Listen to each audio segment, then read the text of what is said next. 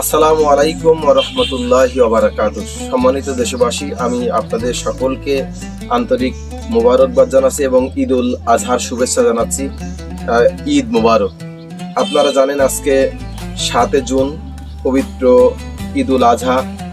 বাংলাদেশের সকল শ্রেণীর সকল মুসলমান বিন্দু আজকে ঈদের নামাজ তারা আদায় করেছেন। যারা সমর্থবান ব্যক্তি আছেন তারা ঈদের কুরবানি দিচ্ছেন এবং আত্মীয় স্বজন সকলের ভিতরে কুশল বিনিময় করছেন, ঈদের শুভেচ্ছা বিনিময় করছেন।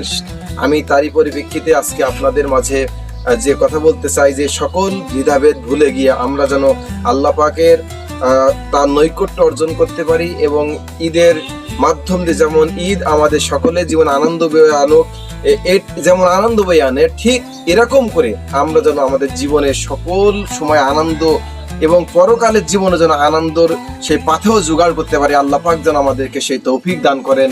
ওমা তৌফিক ইল্লা বিল্লাহ। সকলকে আবারও ঈদ মোবারক জানাচ্ছি। ঈদ মোবারক।